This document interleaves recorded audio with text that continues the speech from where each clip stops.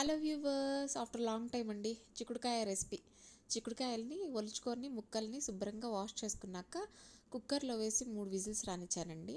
So అలా వచ్చిన వాటిని వడకట్టానమాట. ఎందుకంటే ముక్కలు అంటే చిక్కుడుకాయ చాలా గట్టిగా ఉంది, అందుకని 2 విజిల్స్ అయితే సరిపోతుంది.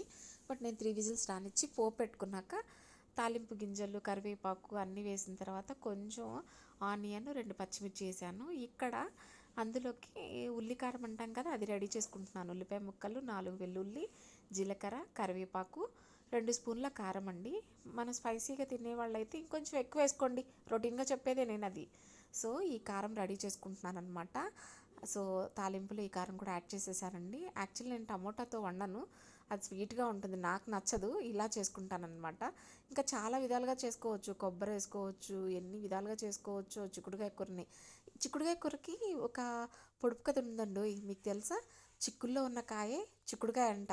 సో చూసారు కదా, ముక్కలు అవన్నీ వేగిన తర్వాత ఉప్పు కూడా వేసేసేసి బాగా కలిగి పెట్టుకుంటున్నాను అనమాట. కొంచెం ఆయిల్ పైకి తేలితే కూర రెడీ అయిపోయినట్టు. మీకు కూడా తెలుసు కదా, మీరు అంతేనా ప్రిపేర్ చేసుకుంటారా? ఫైనల్గా అయితే నా కర్రీ రెడీ అండి. మీరు ఈ పద్ధతిలోనే చేసుకుంటారు కదూ.